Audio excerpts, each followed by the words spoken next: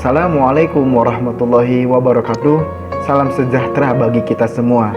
Salam, Om Swastiastu, Namo Buddhaya, salam kebajikan. Oke, baik teman-teman. Podcast kali ini kita akan membahas tentang nilai-nilai Pancasila dalam perspektif historis pasca kemerdekaan. Sebelumnya yang saya hormati Bapak Fauzi Abdillah SPD MPD selaku dosen pengampu mata kuliah Pendidikan Nilai, Norma, dan Moral Pancasila. Sebelumnya perkenalkan kami dari kelompok 2, saya sendiri Wandi Mulyana, rekan-rekan saya pertama Tri Wulandari, kemudian ada Utari Nurul Purkoni, kemudian ada Muhammad Syairi Maulana, dan yang terakhir ada Lutfiah Nur Anissa Royani. Oke, kita langsung let's go ke pembahasan. Kali ini kita akan membahas tentang nilai-nilai Pancasila dalam perspektif historis pasca kemerdekaan. Kita sebagai mahasiswa mungkin sudah tidak asing lagi mungkin ya dengan namanya Pancasila. Karena kenapa? Karena itu udah jadi dasar negara kita. Bukan saja itu, Pancasila juga dari mulai SD sampai SMA itu terus diulang-ulang, bahkan berusaha diterapkan dalam kehidupan sehari-hari. Nilai yang dimuat di dalam Pancasila menjadi pondasi seluruh kehidupan berbangsa dan bernegara di negara Republik Indonesia. Pancasila juga menjadi dasar hukum dan pelaksanaan pemerintah Indonesia dalam segala aspek bidang, baik di daerah maupun pemerintah pusat. Dinamika penerapan nilai-nilai Pancasila sesuai dengan judul tadi, yaitu pasca kemerdekaan, terbagi menjadi beberapa orde ataupun masa, yaitu orde lama, orde baru, dan masa reformasi hingga sekarang. Nah, yang pertama kita akan bahas yaitu nilai-nilai Pancasila dalam perspektif orde lama. Pada masa orde lama, yaitu pada masa kekuasaan Presiden Soekarno, Pancasila mengalami ideologisasi. Artinya, Pancasila berusaha untuk dibangun, dijadikan sebagai keyakinan dan kepribadian bangsa Indonesia. Presiden Soekarno menyampaikan bahwa ideologi Pancasila berangkat dari mitologi yang belum jelas, bahwa Pancasila itu dapat mengantarkan bangsa Indonesia ke arah kesejahteraan. Tetapi Soekarno tetap berani membawa konsep Pancasila itu untuk dijadikan ideologi bangsa Indonesia. Pada masa ini adalah masa pencarian bentuk implementasi Pancasila, terutama dalam sistem kenegaraan. Pancasila diimplementasikan dalam bentuk yang berbeda-beda. Dalam mengimplementasikannya, nilai-nilai Pancasila, Presiden Soekarno melaksanakan pemahaman Pancasila dengan paradigma yang disebut dengan USDEK. Untuk mengarahkan perjalanan bangsa, beliau menekankan pentingnya memegang teguh Undang-Undang Dasar 1945, sosialisme ala Indonesia, demokrasi terpimpin, ekonomi terpimpin, dan kepribadian nasional. Akan tetapi, hasilnya terjadilah kudeta PKI dan kondisi yang memprihatinkan. Baik teman-teman, supaya kita gampang memahami bagaimana sih di Orde Lama itu. Nah, karena memang panjang di Orde Lama, ya kita membagi dalam 3 periode. Nah, yang pertama dari tahun 1945 sampai 1950. Nah, pada periode ini Persatuan Rakyat Indonesia mulai mendapat tantangan dan banyak bermunculan upaya-upaya untuk menggantikan Pancasila sebagai dasar negara. Dari mulai paham komunis oleh PKI dan terjadilah pemberontakan di Madiun pada tahun 1948 oleh DITI yang ingin mendirikan negara dengan agama Islam.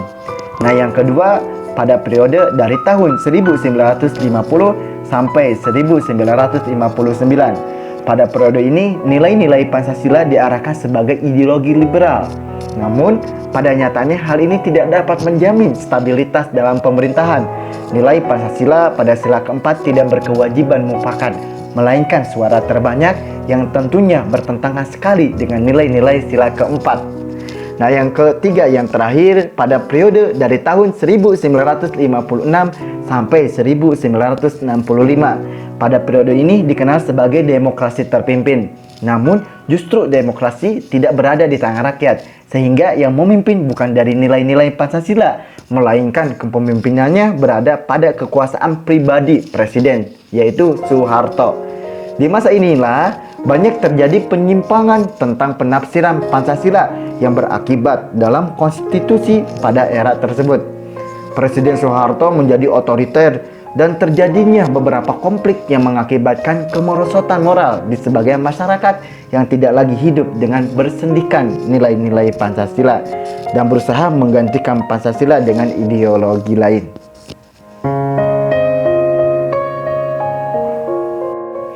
Baik, kita lanjut ke pembahasan yang kedua, yaitu nilai-nilai Pancasila dalam perspektif Orde Baru. Nah, pada masa Orde Baru, pemerintah berkehendak untuk melaksanakan Pancasila dan Undang-Undang Dasar 1945 secara murni melalui program P4. Apa itu P4? Nah, kita mengenal P4 ya. P4 itu singkatan dari Pedoman Penghayatan dan Pengamalan Pancasila. Orde Baru berhasil mempertahankan nilai-nilai Pancasila sebagai dasar dan ideologi negara, sekaligus dapat mengatasi paham komunis yang terjadi di Indonesia. Akan tetapi, implementasi dan pelaksanaannya sangat mengecewakan. Beberapa tahun kemudian, kebijakan-kebijakan yang dikeluarkan ternyata tidak sesuai dengan nilai-nilai Pancasila. Pancasila menjadi penafsiran untuk kepentingan kekuasaan pemerintah dan menjadi lebih tertutup. Beberapa penyelewengan pemerintah pada masa Orde Baru. Yang pertama, presiden yang melemahkan kebebasan pers karena dinilai membahayakan kekuasaan. Yang kedua, demokrasi yang tidak berjalan dengan baik dan terjadinya banyak kasus pelanggaran hak asasi manusia atau sering kita kenal dengan istilah HAM. Yang ketiga, banyak pejabat yang melakukan korupsi, kolusi, dan nepotisme. Nah, yang keempat, presiden yang memegang kendali pemerintahan secara penuh tanpa ada persetujuan, kayak raja ya. Nah, yang terakhir, yang kelima, negara mengalami krisis moneter yang disebabkan karena keuangan negara yang tidak stabil.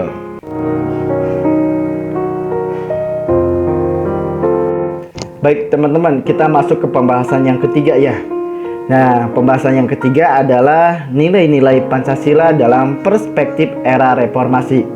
Pada masa ini, Pancasila menjadi reinterpretasi, yaitu Pancasila selalu diinterpretasikan kembali sesuai dengan perkembangan zaman yang relevan dan kontekstual, yang sinkron sesuai dengan perkembangan zaman, karena nilai-nilai yang terkandung dalam Pancasila selalu sesuai dengan perkembangan zaman.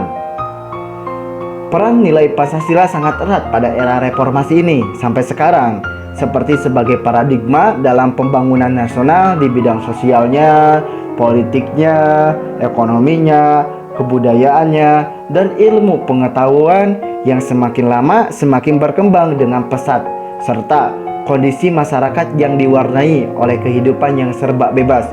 Contohnya, kebebasan berbicara, berorganisasi, berekspresi, berkomunikasi, dan lain sebagainya. Masih banyak lagi. Nah, Pancasila sebagai dasar negara dan pandangan hidup pada masa reformasi sampai sekarang tentunya banyak hambatan dan tantangan. Banyak terjadi pemberontakan yang ingin menggantikan Pancasila dengan ideologi lain, seperti pengaruh globalisasi yang mempengaruhi dan mengancam nilai-nilai Pancasila. Globalisasi mengakibatkan kebebasan tanpa batas, di mana munculnya paham-paham baru meniru kebudayaan luar yang bertolak belakang dengan nilai luhur Pancasila. Apalagi dengan beberapa kasus yang memang sudah tidak asing lagi didengar di Indonesia, yaitu kasus korupsi. Nah, korupsi merupakan tantangan penerangan Pancasila pada masa Orde Lama sampai pada masa reformasi hingga sekarang. Ini belum bisa terselesaikan, belum nih bagaimana titik terang untuk menyelesaikannya. Baik teman-teman, ketika tadi kita membahas tentang nilai-nilai Pancasila dan perspektif pasca kemerdekaan dari Orde Lama, Orde Baru, reformasi sampai sekarang, mungkin kita bisa dapat menyimpulkan ternyata dalam implementasi nilai-nilai Pancasila sampai sekarang ini masih banyak sekali hambatan-hambatan. Namun, tidak banyak pula masyarakat Indonesia atau rakyat Indonesia bangga dengan Pancasila.